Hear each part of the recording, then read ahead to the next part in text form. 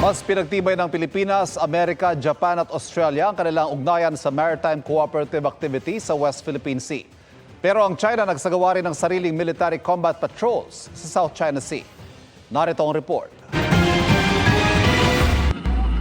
Umarangkada ngayong araw ang Maritime Cooperative Activity ng Pilipinas, Amerika, Japan at Australia sa West Philippine Sea para pagtibayin ng regional at international cooperation ng apat na bansa.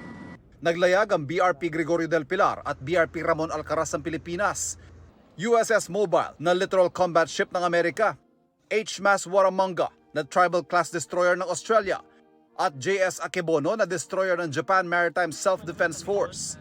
Nang matanong kung pagpapakita ng puwersa laban sa China Maritime Cooperative Activity, sabi ng Department of National Defense, we're just practicing what is allowed under international law. As I said, it's a show of unity. If they consider it a show of force, that is up to them. But what we're doing is something that's practiced by all civilized nations in the world. ang China tinapatan nito ng kanilang sariling military combat patrol sa South China Sea. Hindi nagbigay na iba pang detalye ang People's Liberation Army ng China pero pasarin nila, under control ang lahat ng military activity na anilay nakakagulo sa South China Sea. We already expect that they will malign through propaganda what we are doing in the MCA.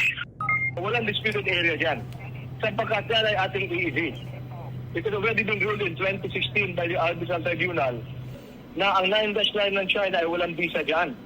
So atin yan, it is not in dispute, it has been settled. Sabi naman ni Senador Francis Tolentino, hindi inuudyok ang China sa pagsasagawa ng maritime cooperative activity ng apat na bansa.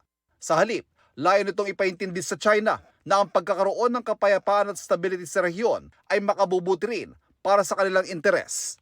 Mga kapuso, patuloy na tumutok sa mga balita, mag-subscribe sa GMA Integrated News sa YouTube. Sa mga kapuso abroad, samahan niyo kami sa GMA Pinoy TV at www.gmanews.tv.